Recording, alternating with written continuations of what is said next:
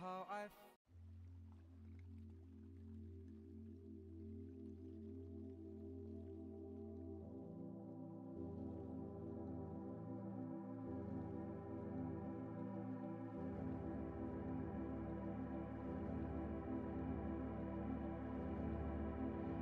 Alrighty, how's it going, everyone? Welcome back. I have no idea why my sound was just not working. I apologize to Twitch viewers for that. I don't know if it came through on YouTube or not. I'm gonna double check here. That's so weird. I honestly thought my headset was dying. But I don't think so. I think we're all not working. I apologize to Twitch.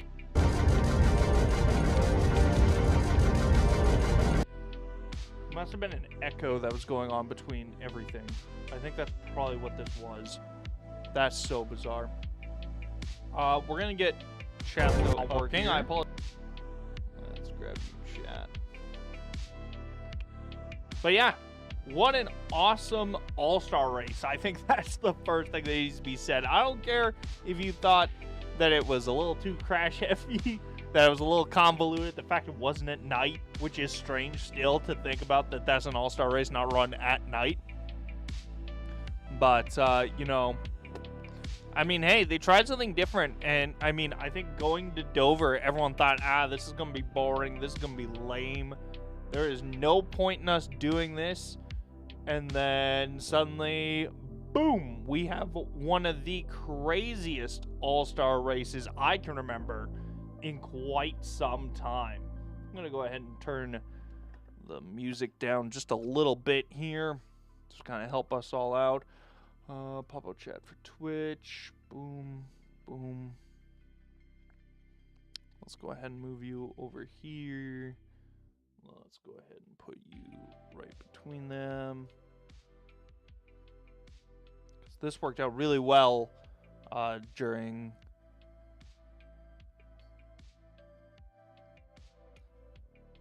Got an idea for the All-Star race. Why not have an international All-Star race, NASCAR versus Supercars, biannual, so we can see who's the best Fender series in the world? I mean, that would be an idea. I mean, if they're going to go to Brazil, they may as well do something like that. May as well help out the sports car guys, help everyone out. I mean, if you're going to start going around the world, you may as well show what the world can do. So I definitely think that this is something here that you could definitely do. The real question is going to be, though, are the teams going to be into it? Because the teams now get 5 strikes. Whether you like that or not, the teams might strike that down just because, I mean, you'll probably have to adjust the next-gen car just a little bit. I don't know how much horsepower a supercar has versus a next-gen race car. But that is definitely something to keep in mind. I definitely don't hate that idea. I think class racing is growing quite well. I mean, you saw Dale Jr. earlier this week. He said that they should do a O'Reilly truck NASCAR kind of all-star thing there. And I don't hate that idea at all. I think that'd be really cool if we could get some form of class racing in NASCAR, even if it's just the all-star race. I think the Coke 600 also could work out really well, just being 600 grueling miles. Now you add in moving chicanes that we once had, but no longer have with the next-gen car, basically making everyone equal. 605. Okay, so not that much less. You would just wean the car down just a little bit. You'd probably just wean the next-gen car just a tiny bit. But yeah, crazy all-star race we had earlier this week. We did a live watching of it. Want to thank everyone who came in and chatted and watched the race with us. Hopefully I'll get to do more of that in the future. But yeah, Denny Hamlin scores the victory. Kind of the favorite, kind of everyone's pick. I didn't pick him. I didn't think he was necessarily going to do bad. I just had other guys that I thought might do better. And, you know, we came close. Chase Briscoe, second. But let's go ahead. Let's pull up the results here from the 2026 All-Star race. Denny Hamlin scores the victory. Chase Briscoe is second. Toyota having a clean sweep of the podium with Eric Jones in third. Eric Jones had a showing out party for Legacy Motor Club. And this is normally the time we see Legacy Motor Club start turning it up. They usually take that first half of the regular season. They kind of get behind the 8 ball. Then this second half of the regular season, they start showing up. And it makes us wonder, are they for real? Can they take that into the following season? And then it's usually rinse and repeat, rinse and repeat.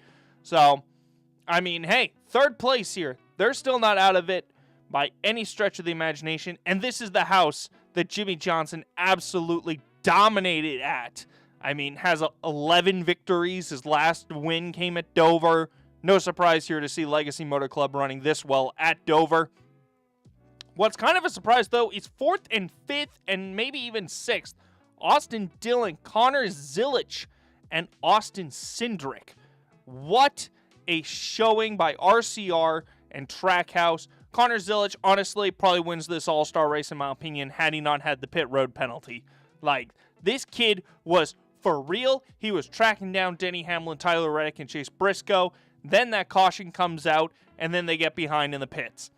Like, Connor Zilich was able to track back down to a top 5. This kid should have easily won the All-Star race, and we would be having a way different discussion. I know right now the discussion is Denny Hamlin a championship favorite after winning the All-Star race? Like, I don't think the All-Star race compares, especially one this crazy. I don't think you can say, well, yeah, Denny Hamlin. Like, Kyle Larson, Ryan Blaney, Chase Elliott, they're still going to be here. Like, no points were lost in this, so I don't take too much stock in this All-Star race and who exactly is going to be championship viable. I've never seen the All-Star race. Tell me who the champion is. I think the last guy that won the title and the All-Star race is Jimmy Johnson back in 2013. I could be wrong, but I mean, wouldn't be the first time. But I think that's the last time the champ won the All-Star race. I think it was 2013.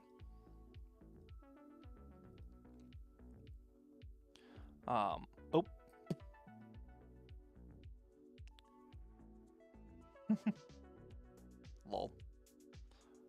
All right. I had a notification there. William Byron is 7th. Michael McDowell is 8th. Alex Bowman 9th. Man, oh man. Alex Bowman had a roller coaster of a day. Got up to 9th. I thought, okay, here we go. The march is on to the front.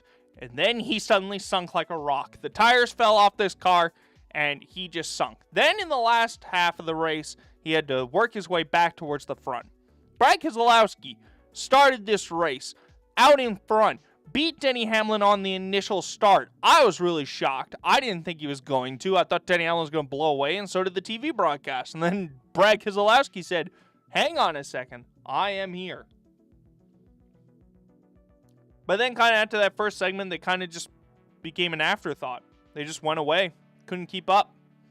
Noah Gregson's 11th. Good for him. He raced his way in. AJ Allmendinger, probably the most beaten and battered car on the racetrack that still got a solid finish. Ryan Blaney slug it out for 13th. Carson Osvar at one point was a top 5 car. He ends up finishing 14th, though. Ty Dillon at one point was also running inside the top 10. Like, I said it in my video at the start of the year. Ty Dillon has to find a way to stay relevant. And he's been doing exactly that.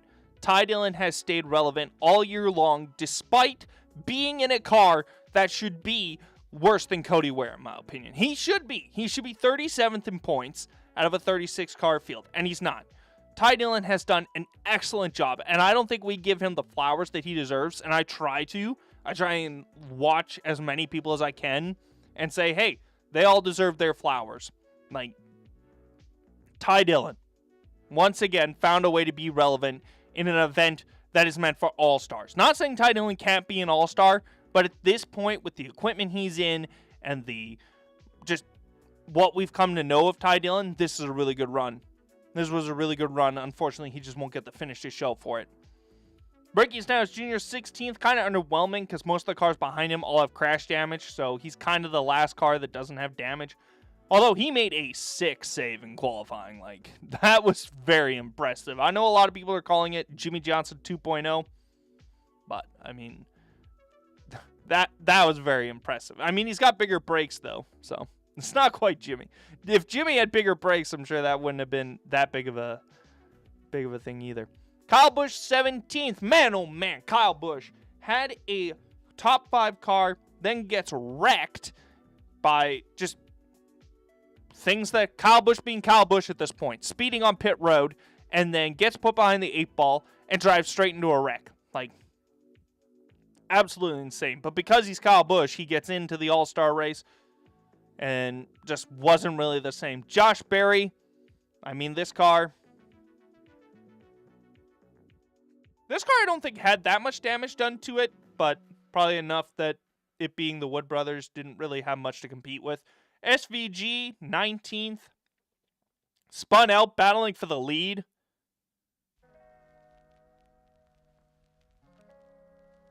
Supercar, NASCAR, Wildcard, both classes.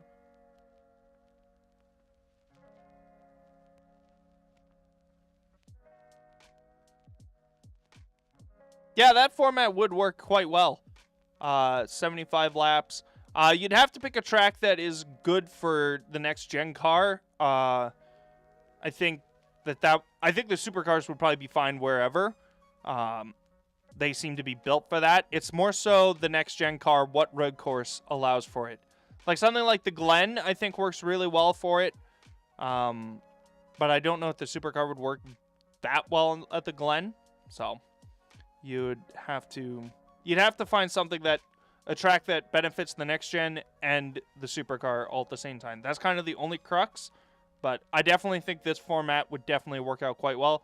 And the Earnhardt Brock Cup, that's a good nod there for all who need it. But getting back to it here, Bubba Wallace, top 20. Man, oh man, this guy also, I mean, Toyota could have honestly swept the top 5 with Bubba and Tyler Reddick, but they just had their own issues, and they got put in the back here. Bubba Wallace got caught up in that Ross Chastain, Brad Keselowski spin, and then Tyler Reddick, just car broke. Just really unfortunate. Daniel Suarez wins the fan vote despite not being inside the top 5 in fan voting, so that's really cool. Everyone either raced their way in or wrecked their way out, so good on Daniel Suarez to use Daniel's amigos to get himself into the All-Star race. Christopher Bell, once again, a guy that got caught up in a wreck. Ty Gibbs, man, oh man. Like, you could call that wreck coming a mile away, and I did. I sat there and I said, watch, Ty Gibbs about to spin out and wreck. And then about a lap later, he was around on the front stretch. Joey Logano, just bad luck for him. And Kyle Larson, same thing, just wrong place, wrong time. Joey Logano has a tire let go that automatically takes him out. And Kyle Larson gets taken out in that lap 2 crash trying to come from the back of the pack. And his car just was never the same. And eventually, I think he lost the power steering on that 5 car. I think that's what they said was going to happen. They lost the power steering. But yeah, if they want to bring the All-Star race back to Dover, I am not going to shy away from saying do it, but I would like to see a couple of things change. Number 1, the All-Star race is a race that must be, and I repeat, must be run at night. And I think Dover would be fine. Like, Dover at night, we've never seen before, so that'd be really new, and I think it'd be really good. I think a racetrack in today's society should be able to run at night, because, in my opinion, the next-gen car runs really well in those cooler conditions. And if we got the same product that we had here, I mean, heck, Dover could easily jump into a top 5 track on the schedule.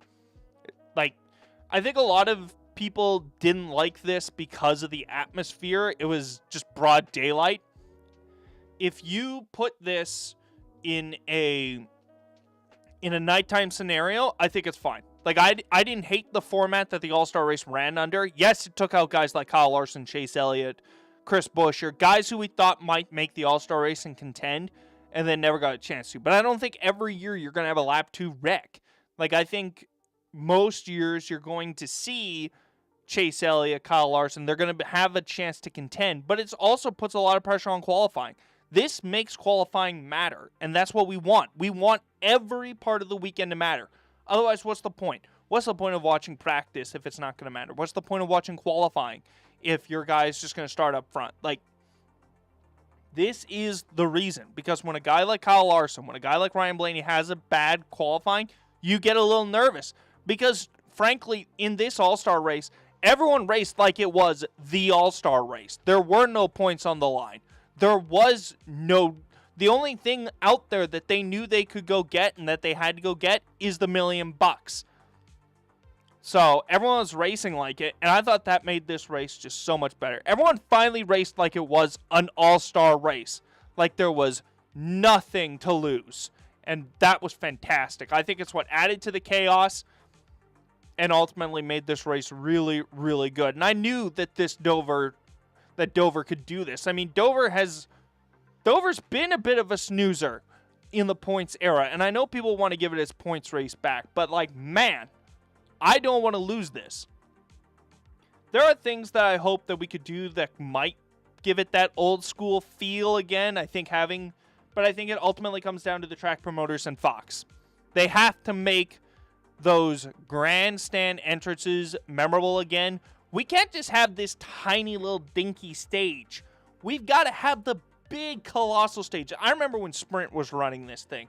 Like 2008, they had everything moving. You had drummers. You had fireworks. Steve Burns.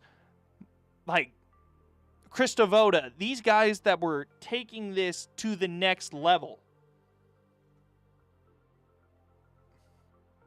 And yeah, nighttime. It has to be at night. Dover should be able to put in lights.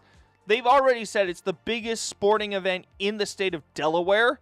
So why not invest in this venue? Like, maybe you can get a points race and the All-Star race. Who knows? I mean, there's probably some tracks that are up for debate.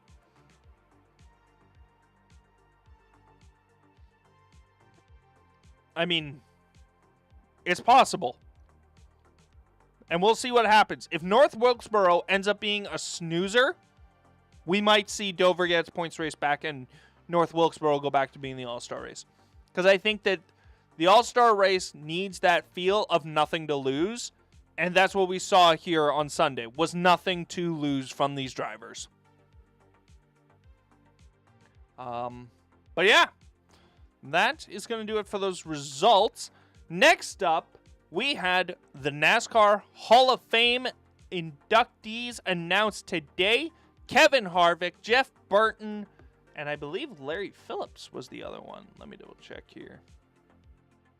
Yeah, Jeff Burton, Kevin Harvick, Larry Phillips, they will be going into the NASCAR Hall of Fame. Jeff Burton off the modern ballot, Kevin Harvick off the modern ballot, and Larry Phillips off the pioneer ballot.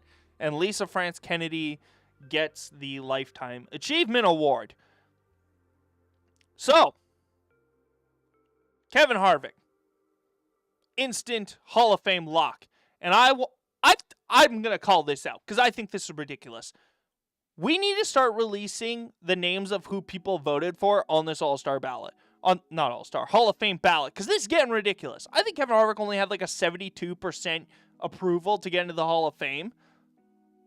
The guy won a title. Like, there aren't that many people that have won a title. Yes, floodlights. Even just bring in stationary lights. Like, it doesn't have to be permanent lights. Just bring in some sort of lights. Even if you have to wheel them in for the weekend. But yeah, Kevin Harvick. Why is he not an automatic lock into the Hall of Fame? I was thinking about this today as I was making supper. If you win a title, in my opinion, you should already go straight to the Hall. Because that is the hardest thing to do in this sport, is to win the title. You have to be perfect, especially under this new format now. You have to be consistent, perfect, and winning. Tyler Reddick is showing that exact thing. 5 wins, has a great average finish right now, and hasn't had a bad week yet. I mean, the All-Star race was a bad week for him, just finish-wise, but that didn't count for points. Every race that's counted for points, Tyler Reddick has just flourished in. So, Yeah, I think Kevin Harvick should have been 100% in. I don't know what we're doing. I don't know why everyone wants to be a contrarian and be like, oh, Kevin Harvick shouldn't be in first round. Yes, he absolutely should. You look at the list, Kevin Harvick was the headliner. Kevin Harvick should have been in 100%. Jeff Burton, 32%. This is where we're starting to have some problems. And people have been bringing this up about who should be in and who shouldn't be and how many we're letting in. Jeff Burton right here. Jeff Burton, Greg Biffle are kind of the crux of this. Like, they're both great drivers. Both probably would make the Hall. But, man, oh man, we're really starting to get to the point where it's questionable who makes the Hall. I mean, we'll have Martin Truex Jr. next year. And then I don't think there's anyone else really lined up right now. I don't think there's anyone lined up that's going to headline the Hall of Fame, because I don't think we had anyone retire last year. Yeah, everyone came back. The only difference in the lineup from this year and last year was Connor Zilisch replacing Justin Haley, essentially. So we don't have a big headliner after Martin Truex Jr., who's going to be next year. And if he doesn't get in with he should also get in with 100%. He has the 2017 title. He took Furniture Row Racing from a backmarker team to being a championship contender. So, what should NASCAR do? Well, I think we're going to have to start cutting it. We're going to have to cut this again. One modern ballot person, one pioneer. Like, we're starting to have to make reasons to put people in the Hall that are borderline. Like Jeff Burton, I guarantee you, they're going to say that Jeff Burton's broadcasting career puts him in the Hall of Fame. Well, should SVG? Man. I want to say yes, because he probably will be the greatest. But I think to do that, I think he has to get 15. Like, for me to say 100% without a shadow of a doubt that SVG should go in the Hall of Fame, I think 15 road course wins. Like, I know that's a lot. But he's at, 9 right now. He needs 6 more. He's got a few years left. And there's plenty of opportunity. I mean, if he wins out now, he's at 11. But I think in order to make it palatable to say this guy was clearly the best, he has 15. Like, the next guy that was a road course specialist has, 3. I think you have to make the conversation without a shadow of a doubt. But going back to Jeff Burton, we are making up excuses right now. And even with SVG, I feel like the road course element of it has to be brought into that. We had to say, well, he'd be under the greatest road course racer of all time. So I think we're almost going to have to see the Hall cut to one pioneer, one modern, and then they're going to make it a 2-person event. It's not going, and then obviously the Lifetime Achievement Award. Because, no disrespect to Jeff Burton, but if Jeff Burton's in the Hall of Fame, then Kyle Petty should also be in the Hall of Fame for broadcasting. Because Kyle Petty has done the broadcasting for so long. I think basically since I got into the sport, back in 2008, Kyle Petty has had a role in the broadcast at some point. Now, does that mean Kyle Petty belongs in the Hall of Fame? Oh, heck no. No, he doesn't. There is only currently one broadcaster that's going into the Hall of Fame, and that's Mike Joy. When Mike Joy retires, he will go into the Hall of Fame. There is currently no other broadcaster that is a sole, that is primarily a broadcaster when you look at their resume, that should be going in the Hall of Fame. I know Alan Bestwick, but he didn't, in my opinion, he hasn't done it long enough, and it's been so long.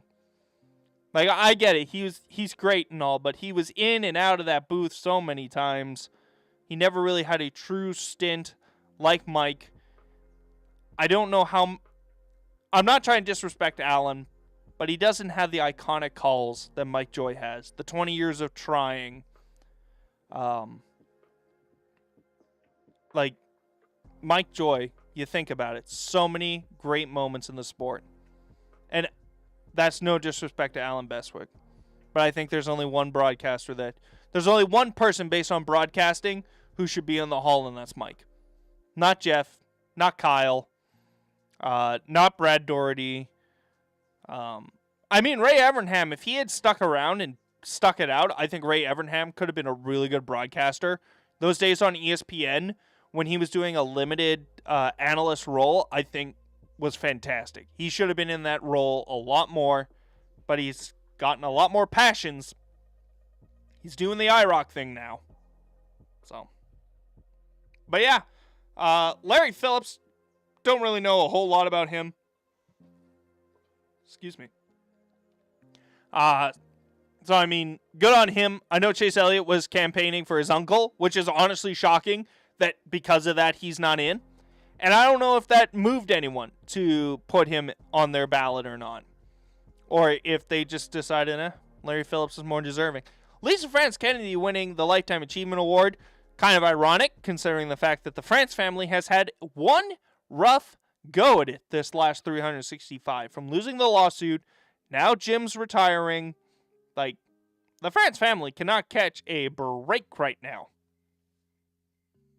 So, good on her. Congratulations to her for winning the Lifetime Achievement Award.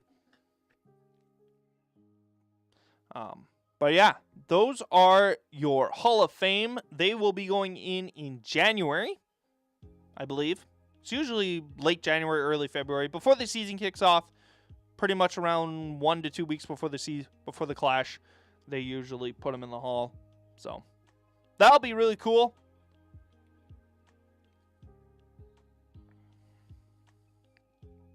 In other news, John Hunter Nemechek is back at Legacy Motor Club for another year.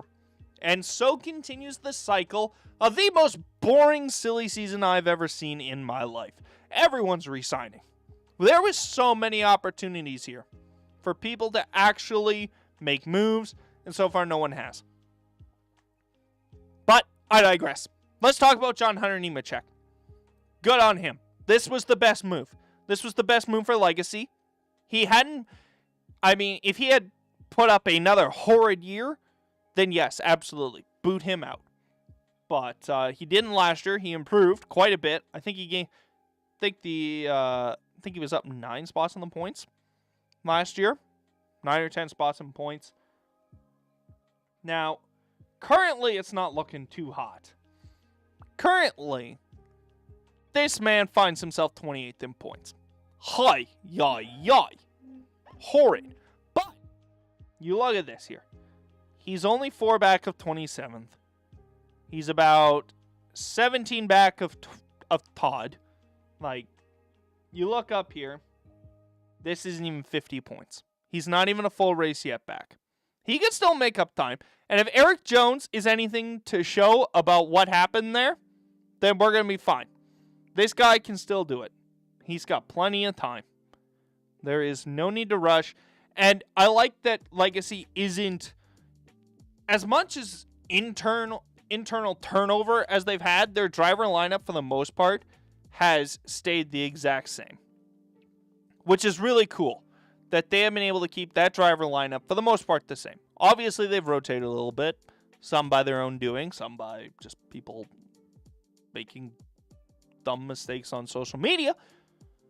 But I mean, hey, they've tried to keep this cluster the same and give them time to grow, which I really like. This is going to be John Hunter's 3rd full-time season in the Cup Series, which is usually a prove-it year for me, that you can actually cut it.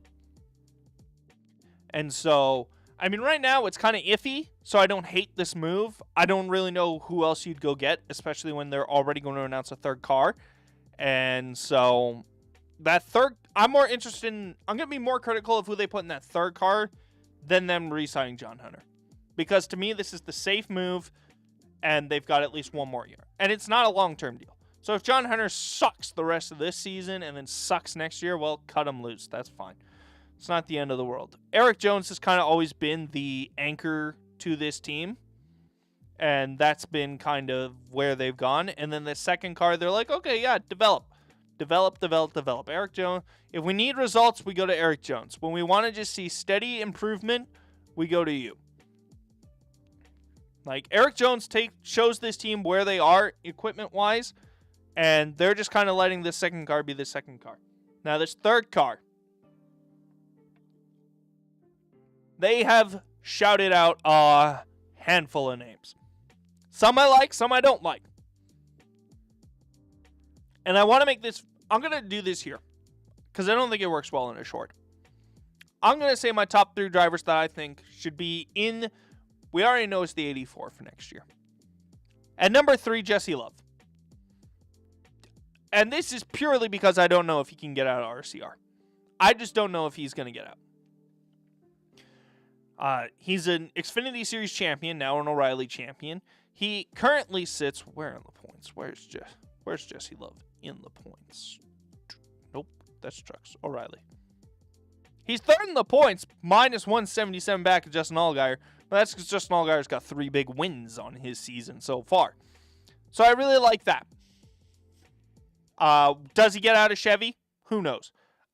If I'm Jesse Love right now, there's a whole lot of moving parts and pieces that could change, especially if the 8 car becomes available. I would definitely want to put my bid in for the 8 car.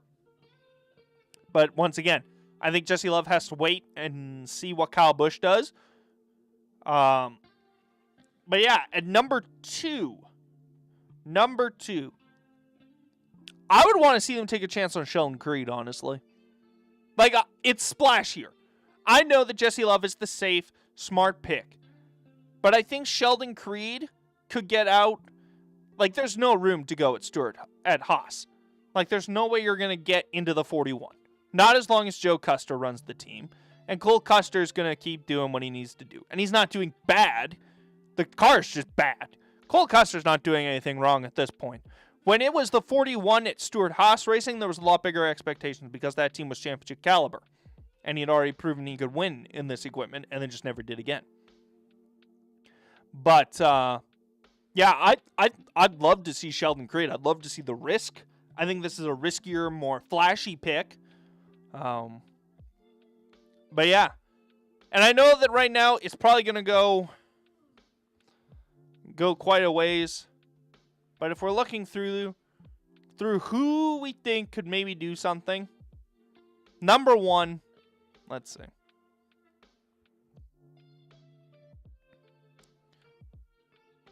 Who could we put? Well, all these guys are not even maybe. At number 1, let's go. Corey Heim. I know it's not going to happen. I know it's crazy to think that more than likely Riley Herbst is going to be in this car next year and that Corey Heim is going to end up in the 35 next year. That's kind of the way that things are trending. But, what if the Herbst family has one more year to exercise on this whole ordeal? Like, crazier things have happened. Like, just because Riley Herbst is supposedly out doesn't mean he's actually out. Like, money talks. And if Corey Heim doesn't come with enough funding, like, I know he's got the Robinhood sponsorship, but that seems to be the only sponsorship that's new to him. And it's not even exclusive to him. I really think that there's a chance Riley Herbst stays in that car one more year. If the funding stays for Riley, I don't see why not. And then the options become unlimited for Corey Heim. And I think he could take a risk. I mean, Toyota will probably not want to lose him. And I think that's why we're waiting on the 2311. Or, excuse me, I think we're waiting on the Legacy third car still. Because I think everyone at Toyota is trying to figure out, okay, where's Corey Heim going? Because they need to put him somewhere. But he's struggling with sponsorship. That's why he's not in anything full-time this year. Like, he has to have funding. But I think it's an easier sell for Legacy to sell Corey Heim than it is for 2311. Which is crazy, I know. But I think Riley Herbst comes with reliable funding and at a big team that has these pieces that all need to stay together in order for this deal to keep going. I think 2311 would rather stay safe, and they might have to. They might be forced to. Whereas Legacy could be like, well, we're already kind of the black sheep at Toyota. We have to go get our own info. We're not paying JGR the $8 million that 2311's paying. So sure, we're willing to take a risk. We've found sponsorship. We've got pretty loyal funding already from Dollar Tree, surprisingly. Somehow Dollar Tree just keeps printing money. Even though I think they almost filed for bankruptcy and shut down Family Dollar. So how in the world that happens is beyond me. But I think they could find it. Now, that's not saying that's going to happen. I'd love to see it happen. I'd love to see somehow this whole Toyota mess goes down and Corey Haim ends up at Legacy. Like, I just think there's a lot. I think it's a lot harder for 2311 just because they are in a win now mode. And so they'd rather keep everything the same, keep Riley's funding coming, rather than have to go looking for brand new funding. Whereas Legacy's like, well, we already have to look for brand new funding. So if we're going to do that, why don't we say we're bringing the best prospect from the trucks from the O'Reilly series, and we're going to put him in our cup car. And I think you sell sponsorship immediately. But yeah. It might not be as much as what Riley Herbst would bring, which is why I think Riley Herbst might end up staying in the 35 next year. But, because, I mean, there's no real inkling. There is a rumor that Riley Herbst is the leading candidate to go to Legacy, but that doesn't mean it's a done deal. I mean, there have been rumors tons and tons of times. I mean, heck, there's rumors about Kyle Busch almost every day. Is he staying? Is he going? Suddenly he runs well. Suddenly the rumor is he's going to sign an extension. Whereas, up until his bad times, really up until the start of the year, it was he's going to Spire. Then Daniel Suarez started running good. Like, things change.